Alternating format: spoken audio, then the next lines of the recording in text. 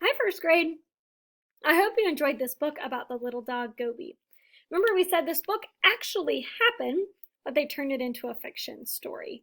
So I'm going to read to you from the back of the book about the author, Dion, who was the runner in the story, and what actually happened. He said, "As I play with Gobi in the winter snow in Edinburgh, Scotland, he lives in a different country than we do. I think back to the promise I made to bring Gobi to the UK 6 months earlier, so a different country. This incredible journey started when I met Gobi, a stray dog, on a day two of a 7-day, 155-mile race in the Chinese desert. So that race that he's talking about in the story is 155 miles of a race through the desert in China. And we formed an unbreakable bond doing that. This was tested when Gobi went missing in a massive city of 3 million people. A huge search party scoured the streets looking for this tiny dog that they had never seen. We eventually found Gobi and moved her to Beijing, where we would live for 4 months together to ensure there were no further hiccups during the process. Finally, driving to my home with Gobi by my side was a proud moment for me to know that she was going to have a wonderful new life. Of course, there was still one final hurdle to jump, and that was Laura, my cat. My wife, Lucia, and I were nervous as we introduced them. At the first meeting between the two, Gobi watched me as I petted Laura the cat, showing Laura the same loving care I show her. This must have been when Gobi realized Laura was now her friend too.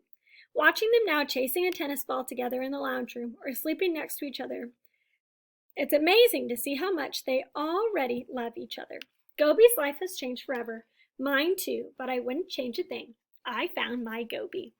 So that's a note from the author about the real Gobi from the story. And I want to show you, you got to see some behind the scenes there. I want to show you about the Gobi Desert. So the Gobi Desert is in China, and the race that he talks about in the book is 155 miles through this. This is a picture of the Gobi Desert. Imagine racing for 155 miles. That's really far. If you drove that far in a car, it would probably take you maybe 2.5 hours, depends how fast you were going. It would take you a long time, probably more like 3 hours in the car. That would take you a long time. And he ran all that way. This is what it looks like. The Gobi Desert is in a country called China. And that's this country. And so here is the Gobi Desert in China. And here, woo, is us right there, all the way over there. So here's the Gobi Desert. Whoa, and there's us.